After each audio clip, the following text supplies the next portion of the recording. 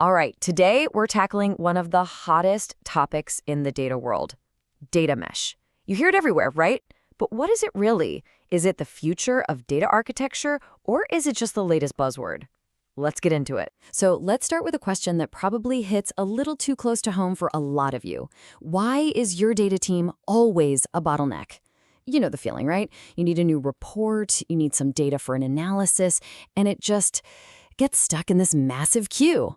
Meanwhile, that central data team is just totally swamped. Okay, so to really get why something like data mesh even exists, we have to pinpoint the real problem. And it all boils down to this fundamental split, this great divide in how companies handle their data. You see, on one hand, you've got your operational data. This is the live stuff, the transactional data that's running the business day to day right inside your applications. Then over here, you have the analytical data. This is the historical, rolled-up view of things that you need for, business reports, dashboards, machine learning models. And for decades, we've kept these two worlds completely separate. That separation, that's where all the trouble starts. And the results of that separation? Well, it's a tangled mess. We end up building these incredibly complex, super fragile data pipelines just to shuffle data from point A to point B. And anybody who's ever gotten that 3 a.m. alert that an ETL job failed, you know this pain. It's a system that's just collapsing under its own complexity. So, how do we get out of this mess? Well, over the last few years, a totally new way of thinking has popped up, one that promises a path out of all this chaos. And it's called data mesh. You know, this idea isn't even that old.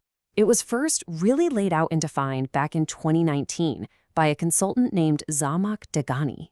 But man, it took off fast. Within just a couple of years, you had major players like Gartner and huge companies all starting to pay very close attention. So what is it exactly?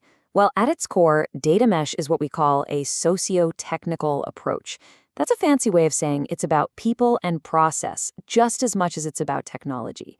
The big idea here is to flip the model on its head, move from a centralized data team to a decentralized one, and shift the ownership of data away from that single, overloaded group. And you don't have to take my word for it. Here it is, straight from the source. Zhamak Dehghani herself says the whole thing is founded on decentralization. It's all about giving the responsibility to the people who are actually closest to the data, the ones who understand it best. All right, so this whole concept is built on 4 core principles, and you really need to get these 4 ideas to understand what makes data mesh tick. Yep, 4 of them. The entire data mesh idea rests on these 4 deeply connected principles. And I love this analogy. Think of them like the 4 legs of a table. You can't just do 1 or 2 of them and hope for the best. You need all 4, or the whole thing just tips over. So let's break them down one by one. First up, domain ownership. This is huge. It means the team that creates and understands the data is the one responsible for it. So think about it. Instead of some central team trying to figure out what customer data even means, the actual sales team, the domain experts, they own it. They know what a qualified lead really is, so they're the best ones to manage that data and make it available to everyone else. Number 2 is data as a product. And honestly, this might be the biggest mental shift of the whole thing. It means that domain team, our sales team from the last example, can't just dump their raw data somewhere and call it a day. No, they have to treat their data like it's an actual product they're shipping. It has to be discoverable, trustworthy, well-documented, basically ready for its customers inside the company to use. Okay, but wait, if you have all these different teams doing their own thing, isn't that just a recipe for chaos? Well, that's where principle number 3 comes in. The self-serve data platform. The best way to think about this is that a central platform team builds the factory floor. They provide all the common tools, the infrastructure for storage, processing, discovery, all of it. They don't manage the data itself, but they give the domain teams the self-serve tools they need to build and share their data products on their own. And finally, principle 4, federated computational governance. Now, I know that sounds super technical and complicated, but the idea is actually pretty simple. Think of it like a council made up of people from each of the different domains. Together, they decide on the global rules of the road, things like security standards, data formats, privacy policies. And the best part? Those rules get built right into the self-serve platform, so they're automated and enforced. It's the secret sauce that lets everyone have autonomy without the whole system turning into the Wild West. So, this all sounds great in theory, right? But it's not just a theory. This is happening out there, in the wild. Some of the biggest companies in the world are already deep into their data mesh journey. And look at this list. We're not talking about small startups. We're talking about giants. You've got Adidas in apparel, JP Morgan Chase in finance, Netflix in entertainment, PayPal in payments. The list goes on. What this tells you is that the pain points data mesh is designed to fix, those bottlenecks, that complexity, they're pretty much universal for any large company today. But, like any big disruptive idea, it's not without its critics. There's a real debate going on here, so let's talk about the hype versus the reality.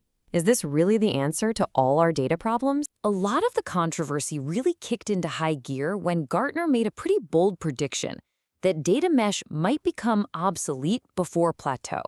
Basically, that something better might come along before it ever goes mainstream. Now, as you can imagine, proponents, including Zhamak Dehghani herself, they push back hard. They say, look at the companies actually doing this. There seems to be a huge gap between that prediction and what's really happening on the ground. So where does that leave us? Let's break it down. The pros are incredibly compelling. You get scalability, you get more agility, and you finally get to smash those data team bottlenecks. But the cons are just as serious. We're talking about a massive cultural shift, not just a tech project. It's complex to set up, and it requires a big upfront investment of time, money, and people to get that platform built. And these aren't just bullet points on a slide. They are the real-world hurdles companies are facing. How do you get a marketing team to start thinking like data product owners? How do you find people with data skills and embed them in the finance department? Heck, how do you even decide where the customer domain ends and the marketing domain begins? These are tough organizational puzzles to solve. In the end, it feels like the success or failure of a data mesh comes down to one fundamental question, and it has almost nothing to do with technology. It's not about the architecture. It's about culture. So I'll leave you with this thought.